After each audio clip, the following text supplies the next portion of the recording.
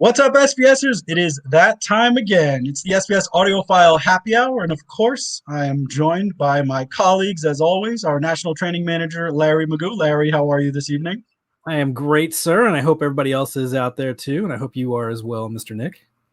And thank you very much. And of course, we have Gary Yakubian, our president, who always likes to start the evening off by sharing some comments and giving some insights. So, Gary, why don't you welcome everyone and get us kick-started for today? Well, so happy to be here. I was just thinking I've been on Zooms nonstop for the last 2 days, and finally one I'm looking forward to, which is this one. And so happy to be back with the SVS community. We always say, you know, I'm going to stop talking about how people are suffering, and because you know what, I think things are looking up. I think there's a spirit of optimism. The Wizards even beat the Lakers last night. I mean, what's left? Things are turning, and so just happy to be with everybody and talk audio and great sound and be together. So back to you, Nick. Well, we are thrilled to be here. And for anyone who might be joining us for the very first time, I'll discuss basically how we do things here. We have random giveaways throughout the evening, which Larry will tell you about in a minute. All you got to do to be eligible is leave a comment, and our man Vince is working behind the scenes to choose randomly the winners of those prizes. So listen for your name and the product, and we'll take care of you there. We have an awesome guest on tonight. I know there was a lot of comments who were excited about welcoming Mark Henninger, the editor-in-chief of AVS Forum, the largest community of AV and audiophiles in the whole entire world, and some other cool byline items as well that we'll tease before we bring Mark out. So very excited for that. But we have those giveaways, Larry, don't we? And why don't you share what those are for this evening? So we have 4 giveaways like we normally do, and we're going to start off the evening with a pair of Prime wireless powered bookshelf speakers. Followed closely after that, we are going to give away a pair of Prime Elevation speakers, our #1 selling speaker. And then we have 2 subwoofers we're going to give away. The first one will be a PB1000 Pro, and then we'll close out the evening with an SB2000 Pro. So we have some great giveaways for you guys tonight and gals, and excited for everything that's happening. Very cool. I'm sorry, I just was going to say, you know, we had a show really almost 100% dedicated to music last show, and it was great. It was inspirational. People, even watching the comments before this show, people were talking about Damien and how he inspired them. That was great, but it didn't have a whole lot to do with great sound. Now today we have Mark, and we're going to focus really the whole show right on great sound and a celebration of that, right, Nick?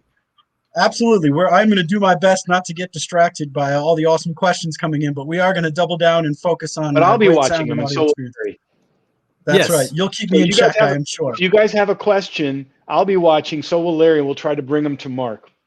Yeah, if you'll see us, we're kind of focused to the right sometimes, Gary, and that's because we're reading everything you're saying to see if there's something we need to chime in with. It's not that we're zoning out. We're watching the thousands. Well, in my case, I might be zoning out, but maybe not. Giving up caffeine is going to be tough, but we're going to get you through this one, Gary. I know you can. Thank you. So, as we always do, we have to keep with tradition and talk about what we've been tuning into recently. And if you gentlemen don't mind, I'd like to go first. Usually I go last. And I had a couple recommendations that came in from our community after the last show that we had. One of them was from Ron Bent on YouTube. He said Billy Cobbin's Red Baron. This is a track that I listened to, sort of a cool, funky jazz track. Great bass line as well. So if you have a subwoofer, that's a great one to check out. My wife has me watching Mayor of Easttown, Kate Winslet. Sort of a thriller drama that I've really been hooked into. So I'm enjoying that as well. I've been listening hip hop to Mad Villain / MF Doom. This is a longtime rapper with a huge portfolio that recently passed away, and I would highly recommend him. Great lyricist and someone that I would definitely check out. And then just earlier today, I had a recommendation from a reviewer, another great bass line, Flight of the Cosmic Hippo by Bella Fleck in the Flecktones. I think this is actually on one of our playlists, but there's a long solo with a 5-string fretless bass that really can show off the transient speed of a subwoofer. So I was listening to that earlier with my 3000 micro, and I would have to agree that is a great test track for a subwoofer. So there you go. There's my recommendations. Larry, why don't I kick it over to you? I know you got something you're anticipating for this evening, if I'm not wrong. Yeah, well, I've been waiting for tonight for a little while. You know, we do have the NFL draft coming up in a little bit, so I'm pretty stoked for that. We'll just see, you know, obviously I'm a Niners fan, what they do to either mess things up for the future or take things forward. And then finally got to watch Godzilla versus Kong last week, and as dumb as it was, God, it was so much fun. I was smiling ear to ear and enjoyed every minute of every battle. And Garbage, one of my all-time favorite bands, just released new music a couple hours ago, and I'm stoked. Cool. And I'm going to go listen to it again on something other than my laptop. So I had to pull you away from that. You were listening to it right when we were trying to get on here. I'm like, Larry, pay attention. What's going on? Yeah. So that's got to be exciting. I didn't get a chance to listen, so I'm pretty stoked. And I sent it to my wife so she could listen to it because we both enjoy the band and got the chance to see them quite a few times over the years. And I don't know, they're here in August. Who knows? Maybe I get to go see them. Cool. And Gary, what recommendations can you give for the good folks? So I'm running out of gas with TV shows. I got to admit, I'm trying to find stuff. I'm running out. So I did rewatch something, and I'm actually going to say this is in my top 5, maybe even number 1 in the greatest TV shows of all time. Either one of you guys want to take a guess? It's not a comedy. It's a drama. Oh, Matlock. You won't get it. Sopranos. What? Matlock? Did you actually say Matlock? Perry Mason. Oh, I don't know why. Is that? It's a streaming show.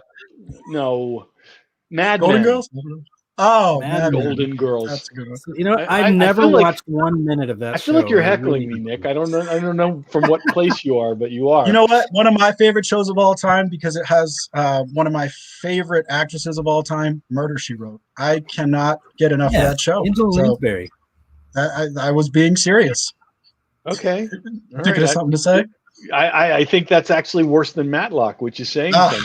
You have no idea. My appreciation for Angela Lansbury. You have no idea. Angela Lansbury can sing. Is she your Keira Knightley? Is she your muse? I mean, yes, she has been since early days. So there you go. But we don't need to go down this. We're not really talking sound quality here. I think we're heckling each other. She's a great singer.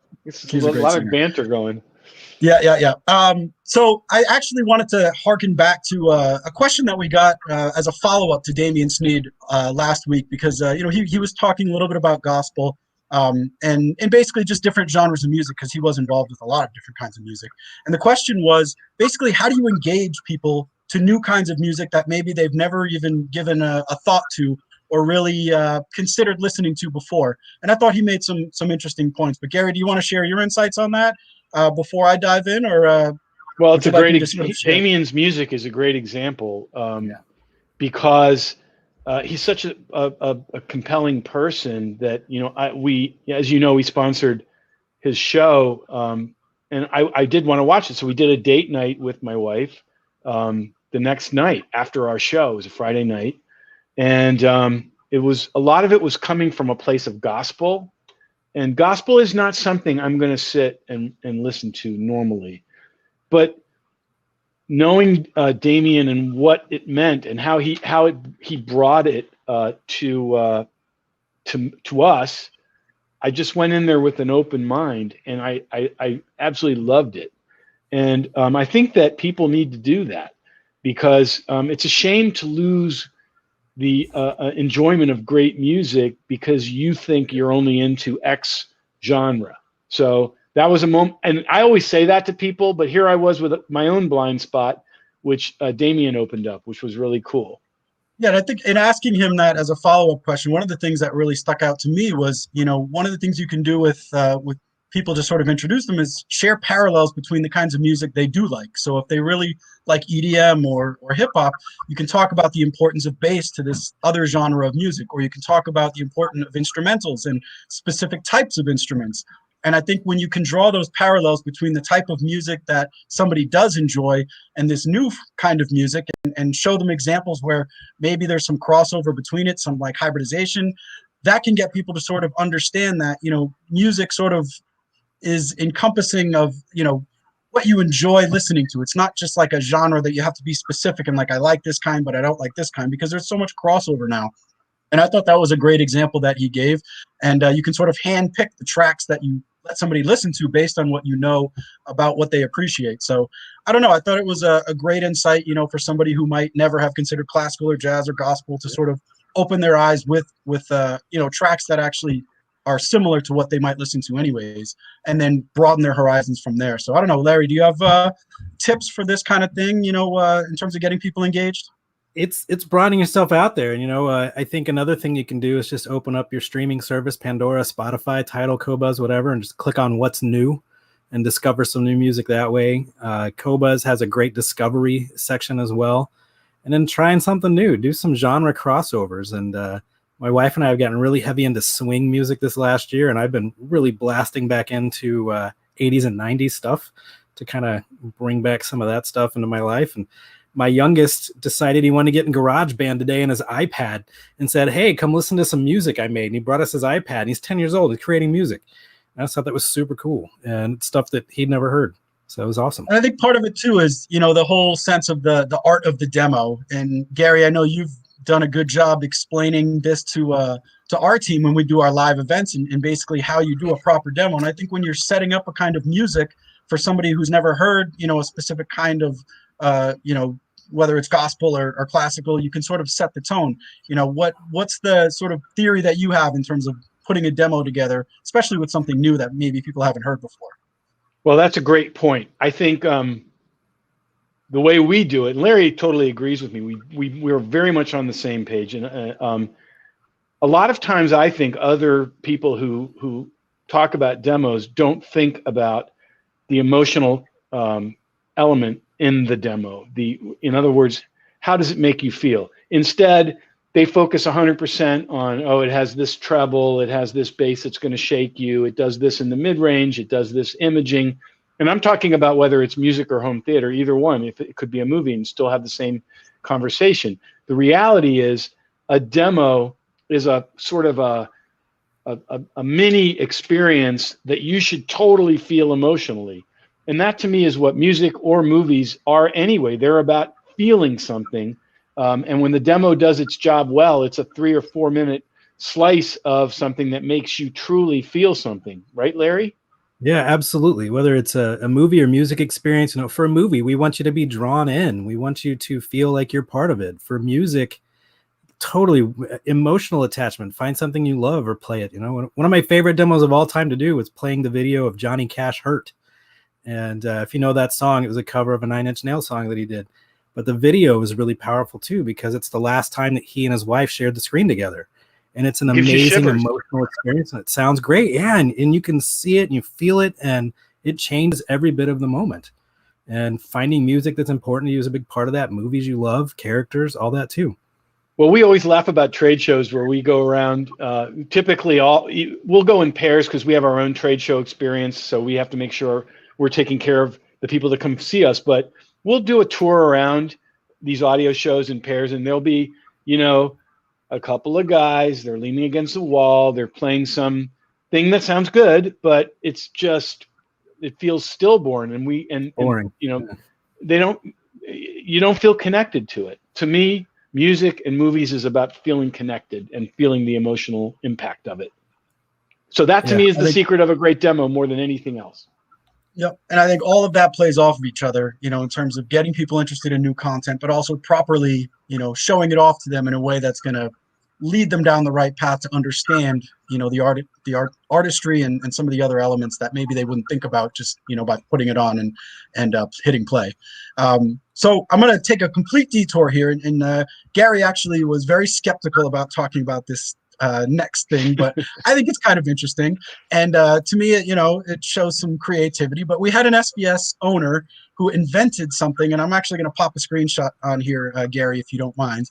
And well, I'm all basically, for it. I investigated it since I ridiculed it. Now I don't ridicule it anymore. So add it there for a sec. So basically what this person created was a what's called the stylus timer. And this is a device that you use to basically tell you when the stylus on your turntable, or it could be tube amps, or even a tape reel, something like that, is going to expire and when it's time to replace. And obviously this is a niche product for somebody who loves vinyl and has a turntable. And so I thought it was interesting because he is an SVS owner, and I thought it was a clever product. And it did win a Stereophile recommended product. But Gary, now I want to make one thing. There is one thing we really do want to make clear, because this almost looks like you're making an advertisement here. We have zero to do with this product, nothing. We have no connection whatsoever other than we thought it was interesting. Yeah. And now, with that being said, what are the things that you should understand when you have a stylus timer that's going to tell you the best time to replace your stylus or your tape reel or tube amps or whatever it is? Well, a stylus timer is similar to a light bulb timer, meaning it's going to have all it can do is be an estimate. First of all, styli have very different characteristics. The kinds of records that you play, the condition they're in, the tracking force you use on your record player, all those things have a massive impact on how long your stylus will last. So if you're into vinyl and you are worried about the expiration, and by the way, you'll hear it, and that's how you'll know. It doesn't typically turn off like a light bulb burning out, but just starts to degenerate. And when it starts to degenerate to a point that you really want to, kind of revitalize your system, which I actually did a few months ago, that's when you get a new cartridge, and have a new experience. Typically these days we don't replace the stylus, we replace the entire cartridge. So I guess I like the idea of it, and it's so affordable. That's really what kind of calmed me down. It just costs $20, and kind of keeps you gives you a little bit of feedback about when you're going to need to replace it. But you'll also hear it, and it's also going to be just a guideline. But within that, I think it's kind of cool. Well, and I do want to talk with Mark a little bit about vinyl, and it's obviously got a lot of attention. It's sort of a media darling. There's this nostalgia factor. Everyone loves vinyl. It's warm, blah blah blah. But Larry, I want to know, like, you're more of a movie guy, but what is the potential for vinyl? How, is it all sizzle, no steak? What are your thoughts on where the world of vinyl stands today? Dude, you're asking the wrong guy about vinyl. You seen this wall? They're all in there. I have a collection of hundreds, in the immortal words of Gary Delabate, hundreds of pieces of vinyl, but they're all hanging on my wall. I listened to it growing up and stuff. I have a bunch of it, but it's cool that it's coming back. But I also have about 1,200 CDs over here on another shelf, and a 200 disc CD player right there that's fully loaded at all times too, ready to go. But vinyl's cool. And the fact that it's making a comeback is interesting because it's bringing so many people into audio. And I think that's really something. I agree with you there. Something old that's new. That's the question. Is it bringing people into audio, or is it people who are already into audio? And Gary, I know you have some thoughts on sort of its place within the industry. First of all, I am not a person who ridicules vinyl. I want to make that clear. I have a really nice turntable. I have a Linn turntable, which I love. The guys know this. I just reconditioned it, put a new power supply in there. Got a new cartridge. It's a Koetsu cartridge. It's a really tweaky, high-end cartridge. And I have a really, really great phono preamp that I use, Mark Levinson phono preamp. So I'm a believer in how great vinyl can sound. And a lot of times I'll go down alone or with my wife, and we'll just listen to jazz or other really great sounding vinyl on our system. And I love it. And some of the stuff that I love about it is it kind of requires you to give your unbridled attention.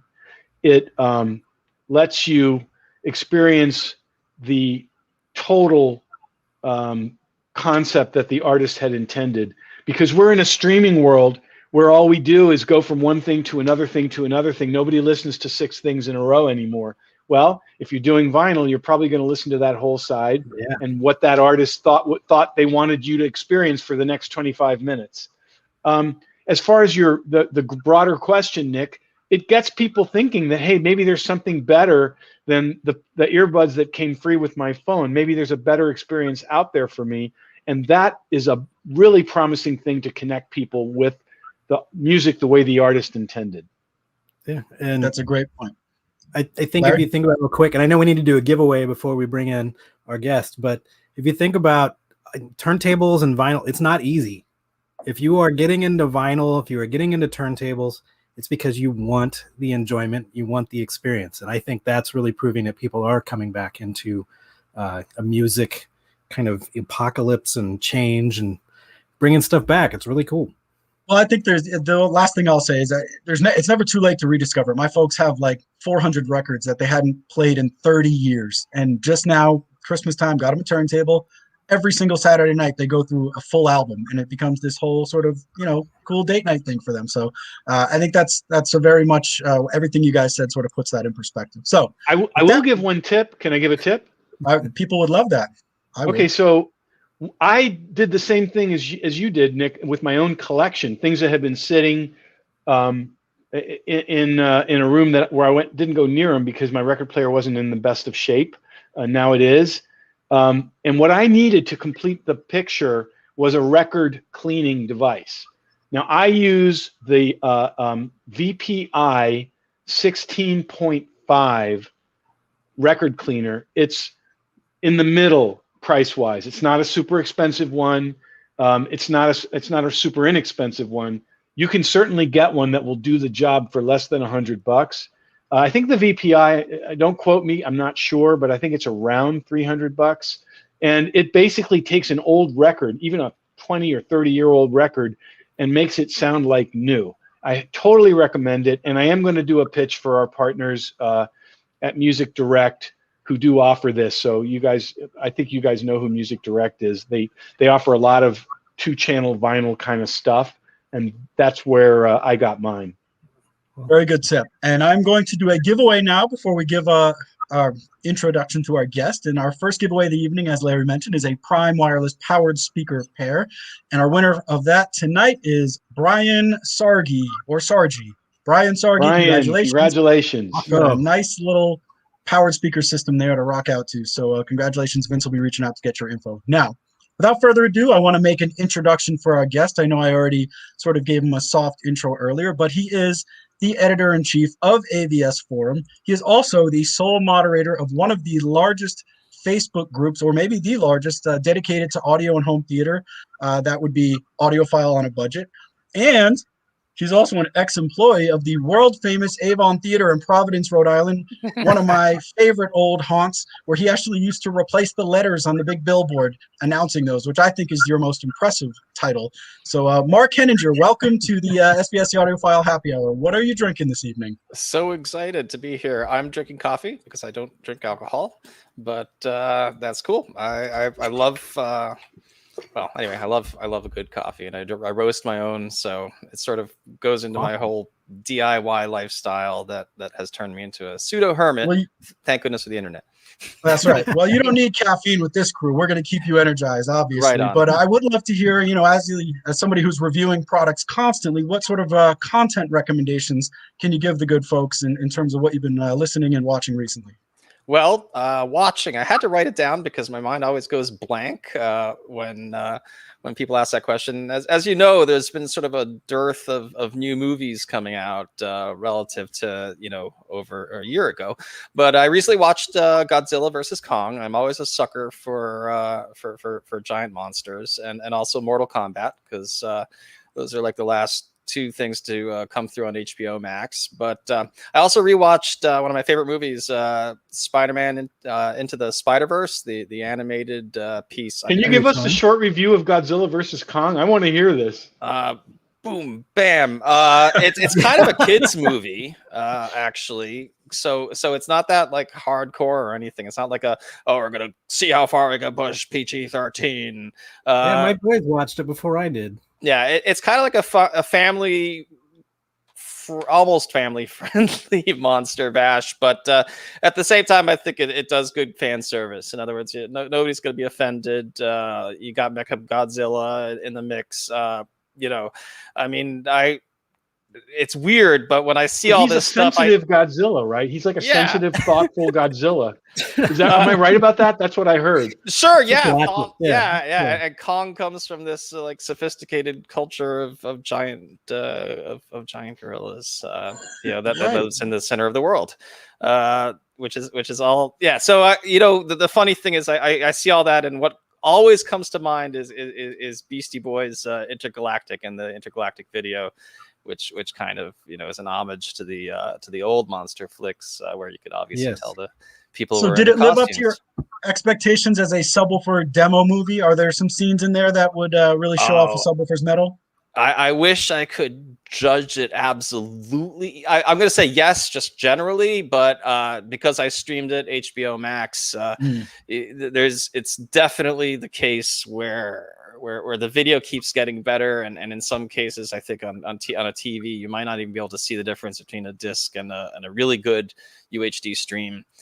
We still got limitations on audio that to me are pretty clear, bandwidth, and such. So I would rather really say, like, as a final comment on it, when I have a chance to watch watch it on disc. But yeah, from your team will be we're doing an in-depth review as well as there's zero. I mean, there's nothing missing there. I mean, come on, yeah, it's absolutely created and mixed to make your surround system light up big time. So I did want to continue our conversation with vinyl just to get your thoughts on that, because obviously you get a lot of products in for review. So I'm curious what your thoughts are in terms of vinyl and turntables, their place in the world of audio at the current time. And I do have a lot of discussion on that. And I had this experience. Funny you bring up VPI, that so you got to have like a point of reference or how good it can be. And for me, it was going to VPI House and having Harry Weisfeld on his system, like basically show off how it was like JBL Everest speakers, all the goodies, and Macintosh amps, and so what I'll say is this: yes, if everything's perfect, it's really unbelievable, and what you're hearing is what the person mastering that album was thinking you should be hearing. And with vinyl, because there's no pretense that you're going to be walking around listening to vinyl, there's no pretense you're going to have vinyl in your car. So that's why you wouldn't use a lot of dynamic compression on it. Not because like essentially there's less actual dynamic range on vinyl, which is factually correct and true for, versus digital, but because the application is always going to be basically on a system where you can leverage that dynamic range. So they feel free to mix that way. The one issue with vinyl is deep bass and high volume. You really have to be careful so you don't have that feedback and basically everything blows itself up. I mean, it's a very real risk if you've got serious subwoofers and a vinyl rig. But anyway, obviously DJs figure that one out and entertain stadiums with a turntable. And I also love hip hop, so just the potential for vinyl, and in essence, I'm listening to vinyl all the time, even if it's a digital file, because of DJing. So we should make the case this is not an infomercial about vinyl. We're just sort of giving our I'm just watching the comments. I've been roasted like 5 times for having a $300 record cleaner, and I get that. Like, if you're not interested, I think you'd be well served with high resolution audio and just never go there. We're just kind of explaining what the good of it is and why you might enjoy it. And the other thing is, I don't think vinyl technology is going anywhere. So my record cleaner, probably be there after I leave this planet, and it'll be fine. So maybe that makes the investment not seem so ridiculous.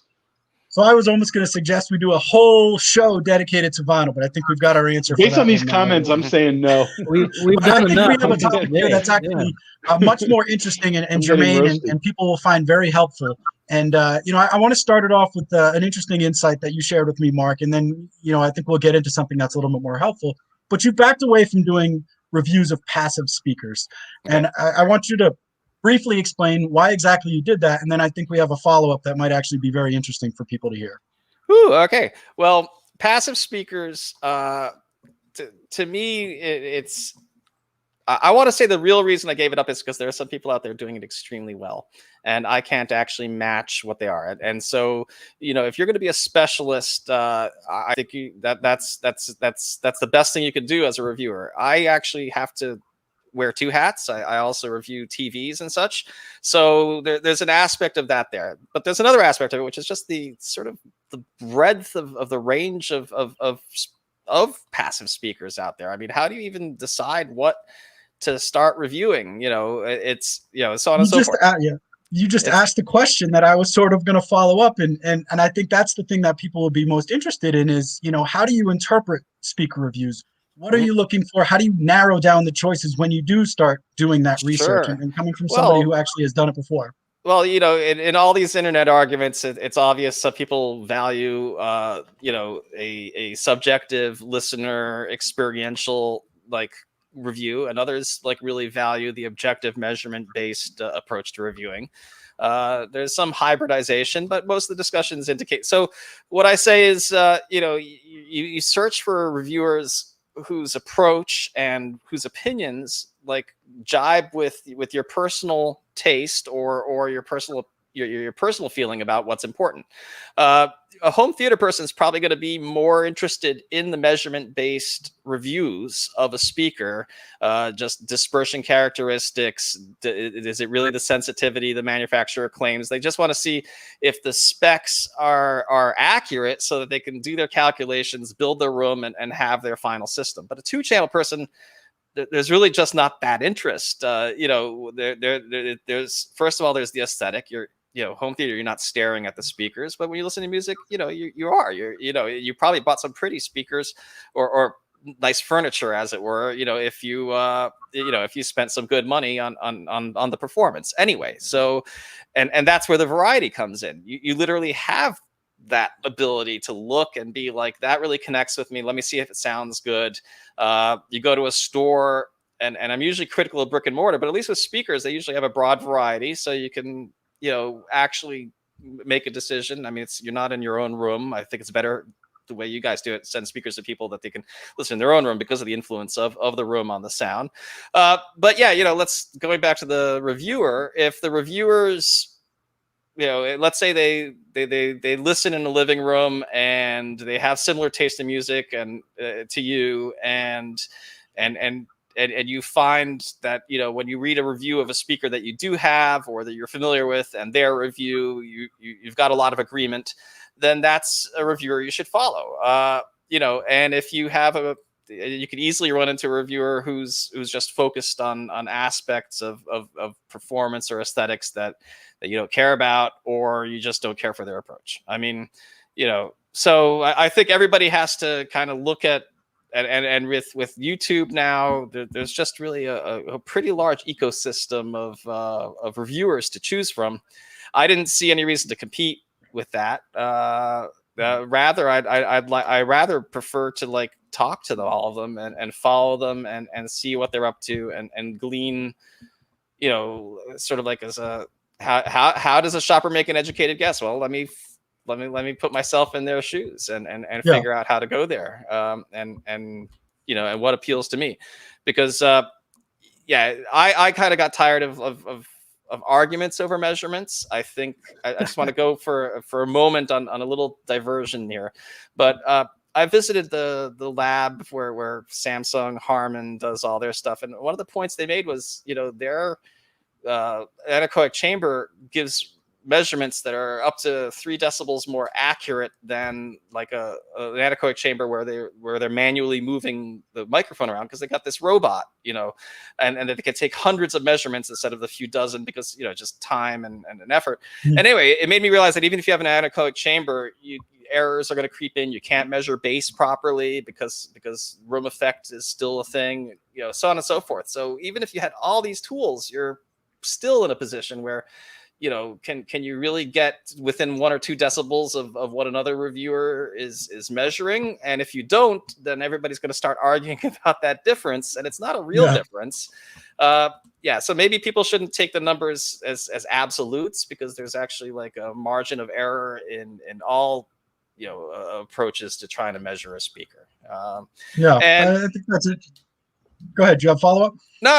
Really, that's the main point. So to me, measurements, I would really just focus on people who are doing the measurements right, like Audio Science Review, Amir. I guess he's doing the full spin on the speaker. Yeah, and you still review powered speakers, because I mean that's more of an experience, I would say, than just critiquing the sound. So I want to make that clarification as well. Oh yes, so I very specifically said the passive was what I was not doing anymore. Okay, so I consider a soundbar a speaker, and that's so categorically, if I'm still reviewing soundbars, I'm kind of still reviewing speakers. So there's that. But yeah, I also find that smart speakers or rather that active speakers became smart speakers. It used to be just, here's an active speaker, maybe it's for like a studio monitor or whatever, but now they're connected, and that's really a whole different ballgame, because now you can use DSP, you can actually flatten its response or tweak its response, to the room, have some sort of a presets or room correction, and then you can stream to it. Yeah, well, I think that I'm curious what your favorite kinds of products to review are, and I see you got a lot of equipment there in the background, but is there one particular thing that you get excited about more than anything? And you don't have to say subwoofers here, even though I know that's the truth. Yeah, I do love a good projector. So what you're seeing on my screen back there is the Sony VPL VW1025ES, their newest flagship. 20 grand of the price apparently goes into it having a nice lens that keeps everything sharp from edge to edge. So yeah, I love movies and I love video games, and the foundation to having that believable experience, so what I'm going to say is the audio makes the experience, but you can't have huge audio and tiny screen, and you can't have huge screen and tiny audio. So they really go side by side. So my favorite thing is when I get like a really super projector and like this, and then the whole experience becomes just that much more elevated. Turn up the volume, get those subs going. Well, I heard you say the word elevated, and that actually made me think we have to do a giveaway now, and it is of our Prime Elevation speakers. So there you see how I did that there. And we're going to give away a pair of Prime Elevation speakers, and the winner of our Prime Elevation speakers is Jason Runyon. Congratulations, Jason Runyon. Vince will reach out to you, get your information. Congratulations on adding some awesome surround or high effect speakers to your system. I think you'll really enjoy those. So one of the things that I thought was interesting that you had mentioned is that you really enjoy subwoofers with 2 drivers. And I'm curious why exactly that is. And I thought, we could have a little discussion here. Can I mention one thing? Of course, subwoofers are active speakers, aren't they? That is true. They are considered active speakers. Before you go right there, Powered. Mark Renninger is asking Mark Henninger what size screen he has. That is a 110-inch. It's 16 by 9, and it's 110-inch horizontal. So it's like 120 something odd inches diagonal. I couldn't let that one go. So that was just too good. Yeah, that's good. Yeah, you're right. For sure. People always care about our I want to understand why your love for dual subwoofer drivers, and I do want to mention specifically that I have the 3000 micro, which we launched here a while ago. So that aside, what is it about the dual driver subwoofers that really sort of draws you to them? Well, from a very pragmatic point of view, I've been living in a city now for almost 2 decades, and there's space constraints. So the first thing I love about them is that they pack, I think, the maximum amount of output into the most compact box that you can get. Now, the second thing I like is the force canceling, which, in a house, I would say maybe kind of who cares, but in an apartment, just some mechanical motion transferred from your sub. And I know you could put like feet, absorptive feet in it, but force canceling subwoofers just take care of that naturally. So you put it on the floor, and okay, you're going to probably bother your neighbors with the actual bass you make, but at least it's not going to be the bass that like is going through the, through the floor, through the action of the sub.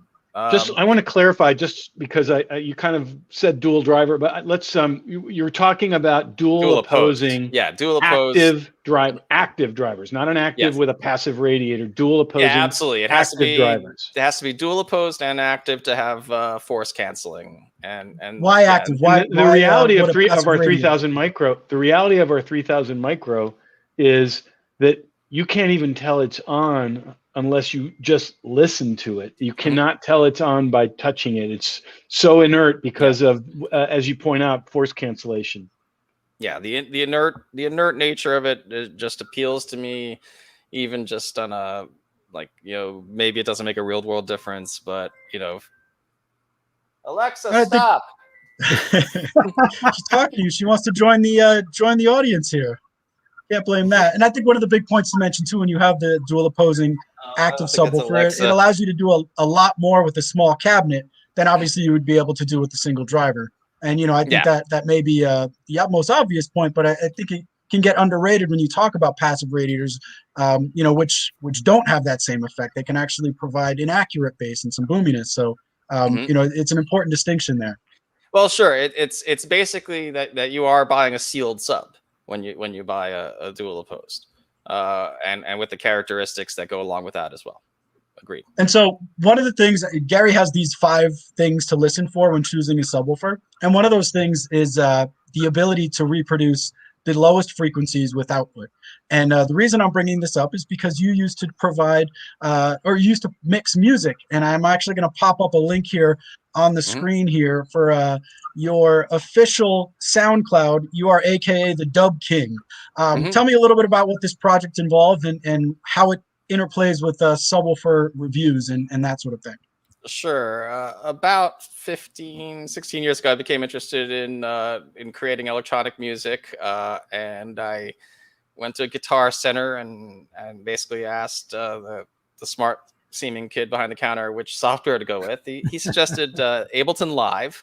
I've not regretted that one bit. I wound up making 100 tracks at that, over that creative period, and put them on SoundCloud, and even had some tracks that got into like the tens of thousands of listen counts. So it was really fun. And in the process, I started sharing them, and I remember, and I would use my own tracks in like a demo, and AVS members started suggesting that, could I make music that incorporates, bass notes that are below the like 35 or 40 hertz floor that you just find with a lot of like, commercial music. Yeah. Infrasonic frequencies. Yeah, infrasonic. And obviously there's the whole genre of bass music. But at least to me, they're not like soundtracky or like, they're kind of very purpose specific tracks for like competition or whatever. And I wanted to make music that had that cinematic sound is the way I could put it, because that's what I'm used to in a movie. Like you've got like orchestral or electronic music, and they're not afraid to like hit you with a, with a really deep rumble or sweep or whatever in the process. So yeah, I guess cinematic movie music was like my inspiration, and also I just was frustrated because I make video or I produce video and I didn't want to deal with copyright issues either. So there was sort of a pragmatic reason why I was making music as well as like for fun. And yeah, so anyway, after the AVS members suggested that I do it on purpose, I was like, no holds barred. I mean, you could dial in whatever frequency you want with a synthesizer. And so I did post a link in the comments, so if anyone wants to check out some of those tracks, I was listening to them earlier, and you can give your subwoofer quite a workout with some of those. Yeah. So we might reach out to you and feature some of those in some of our upcoming videos, because I was bouncing my head pretty hard there. I visited this one guy, pretty famous on AVS, Not Knit. He had this huge system with quadruple 18-inch DIY subs, and I went to his house and he demoed one of my tracks, and I literally thought he was going to blow his house up. I mean, like the whole room was visibly pulsing and vibrating, and I was like, "This is pretty awesome."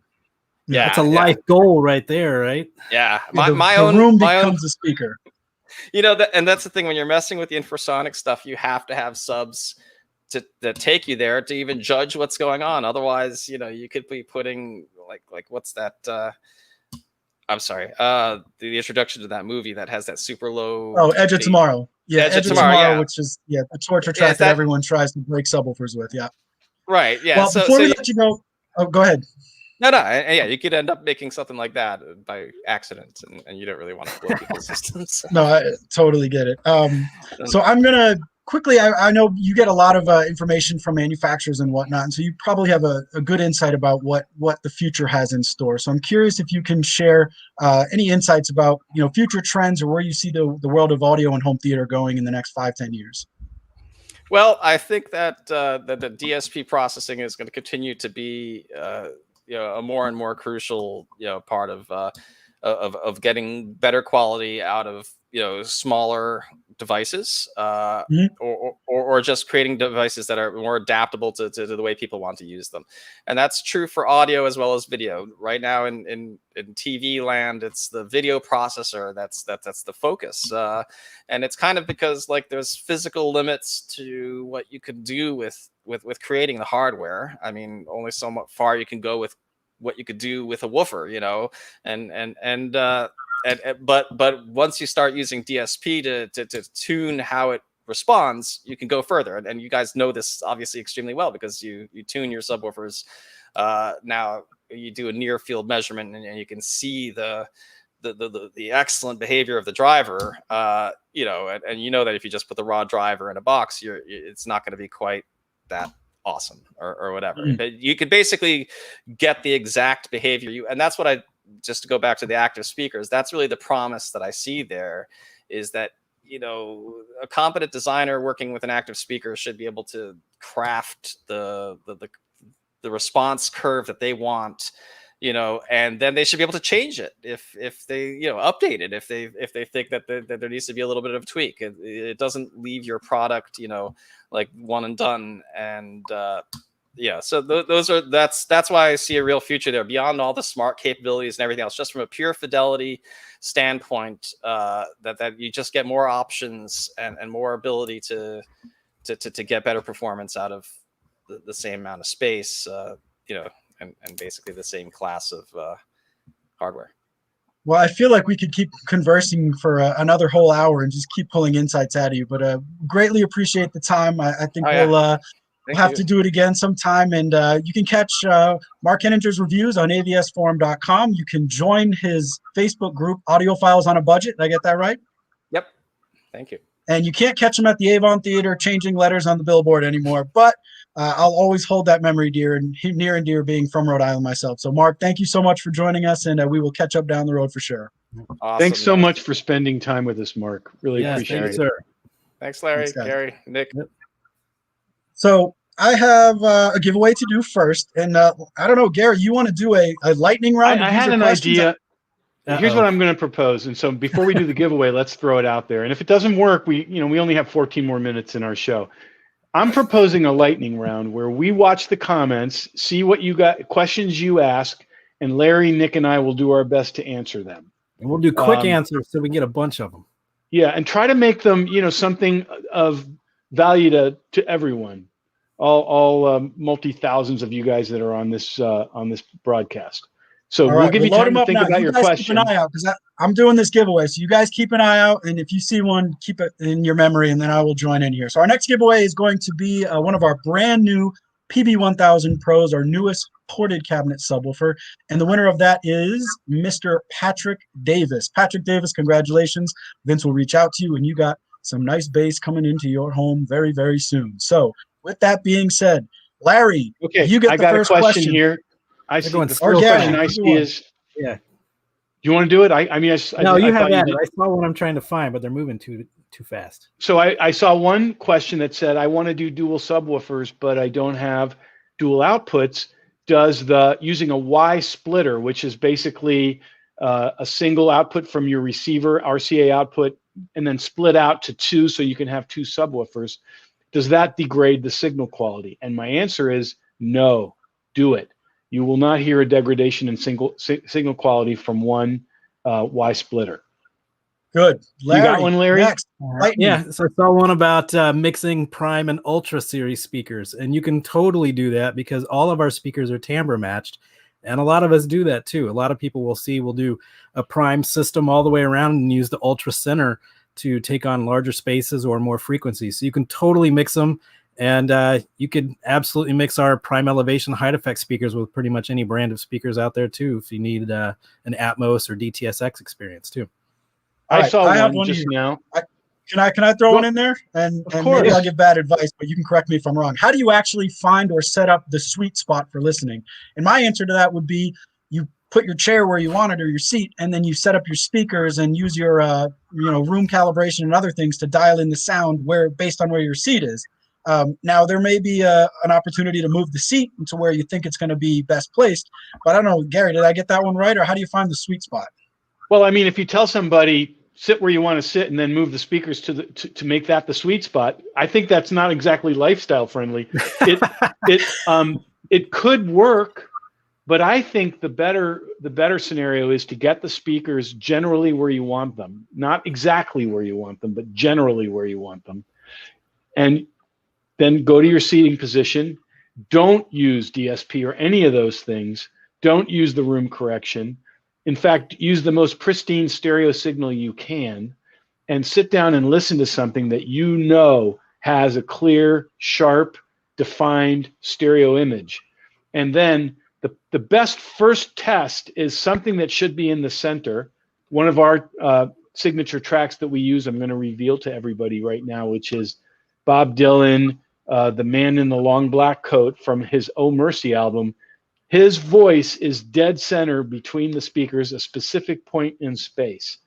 That's what you want from your seating position. If you don't get that, you need to move the speakers around, and it's a combination of how far apart they are, their relative distance from the side and back walls, and what's called toe in.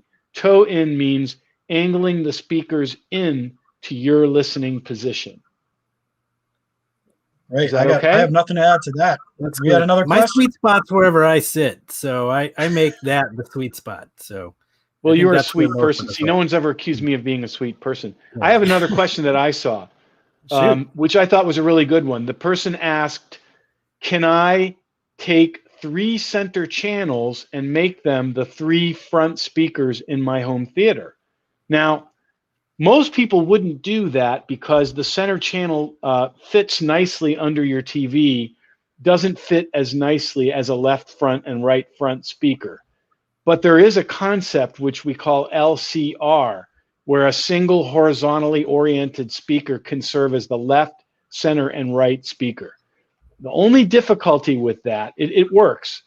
Typically, those are speakers that are hung off of a wall, and they're done for a specific reason. It works, a horizontally oriented speaker works really well for a center channel. It will work for a left front and right front speaker, but the image may get a little bit compromised because of what's called the diffraction qualities of the speaker. You usually would want a more vertically oriented speaker for the left and right front speakers, although I've heard LCR setups that sound really, really great. So it's not a hard and fast rule. Follow up to that. What if you put a center channel that's normally horizontally aligned on its, vertical axis? How would that affect the sound? Well, a center channel has, if the designer has done their job, the center channel you should not do that, because we've basically, I know with our Ultra Center and Prime Center, we've oriented we've voiced the speaker, we've worked on the diffraction qualities so that anyone in the room will get a clear, accurate center channel image. If you turn it, it will do something called lobing, and it will favor certain parts of the room, and other parts of the room will sound better. Other parts of the room will sound worse. So I would say don't do that. If you're gonna vertically orient the speaker, if you can do that, then just get a tower speaker or a bookshelf speaker. Yeah. Larry, you got one loaded up? Yeah, I've seen one, best placement for height effects or personal preference. And so if you're looking at Dolby Atmos, DTSX, Oro, Dolby Height, you typically have front, middle, rear setups. And I'll tell you, my preferred way, my favorite way is absolutely in the middle. If I'm just doing one pair, if I'm doing 2 pair, one up front and one in the middle. And the reason I prefer the middle is because it creates that bubble that you're looking for sound from the front to the middle to the back of the room, and gives you a more lifelike experience. But if you can do 2 pair, we tend to recommend your middle and front height effects. And so even in here in the game room for my boys, I've got the Prime Pinnacle up there, and you can see I knocked down another album recently from some Hans Zimmer listening again, and it's cool. It makes the experience really awesome. So I saw an interesting one that you got one, Larry or Gary. No, go ahead, Nick. I mean, this lightning round is not the worst idea, right? I saw one that's a great question. We always complain that we don't get to enough questions. This is maybe a new theme that we got to add on to the last 10 minutes of every broadcast. The one that I saw that was actually interesting, which I think is germane to some of the SVS speakers, is what is the proper distance from the wall when you're placing those front speakers? And my answer would be, everyone's favorite answer, it depends. You have something like our Ultra Tower speaker, which has those dual opposing 8-inch drivers, the woofers at the bottom of the cabinet, and they like a little room to breathe in order to sound their best. So that's a speaker that you may want to pull a little bit away from the back wall and from the side walls, give it a little extra space. Whereas our Prime Pinnacle, it has the more traditional front baffle with all the driver array there. And, it's got the rear ports as well, but that would be a speaker that'd be much more comfortable without as much space in the rear or on the sides of it. So I don't like to say it depends, but I think with that particular scenario, it really is a matter of how the speaker is designed in terms of how much that's going to affect its sound in terms of the boundaries. Speakers generally like air. However, some speakers like air more than others. So, and by the way, I totally agree with everything you said, Nick. Just to say, you did great. That was a great answer. I wouldn't want someone to feel like they have to have speakers away from the walls, because I know people have lives, they have other people in their house, and sometimes that doesn't work. But if you can get the speakers a little bit away from the wall, I think you'll find it's a more convincing experience. Yeah, and I'm in that boat. I can't do the Ultra Towers in my house because of my boys and my nephews. When they're over, they're running around like crazy, and then we've got 4 dogs that are all 40 to 100 pounds, so they're running through stuff. So we have the Pinnacle downstairs, and it's awesome because it's right next against the TV stand, so that it can take on that big open space. And I saw somebody asking about cylinders too, and their perks and benefits. And I'll tell you that the cylinder for me allowed me to go with a more powerful sub downstairs in our living room, because I couldn't fit one of our big, huge PB4000s or PB16s. So my TV sits in a corner, and right behind it is the PC4000 Pro, or sorry, PC4000. And it's nuts. It takes on that whole space, and you can walk into that room, you don't even see it. So there's some perks there of the cylinders, as you can put them in places you can't put the conventional ported box subs. And that's why they exist. Gary, did you have a question loaded up there? I do, and I think that could be our last question before our giveaway, because it's a really good question, and it opens up a little bit of a can of worms. And feel free, both of you guys, to speak up. Scott asks, "What about room correction panels?" So let me speak to. There's two. I'm going to give you one answer and then another about the two different types. There's the type of room correction panel or room. I'm not remembering. My words are not coming to me. Panels that correct reflections. Acoustic panels. Acoustic panels. Exactly. Yeah. So there's the kind you hang on the wall, and those are the kind to prevent higher frequency reflections and give you a more focused, full range sound, better, more defined image. Those work, but they can get very expensive. Since you guys roasted me about a $300 record cleaner, beware of these acoustic panels that you hang on your walls, because to cover all your walls can be a very expensive proposition.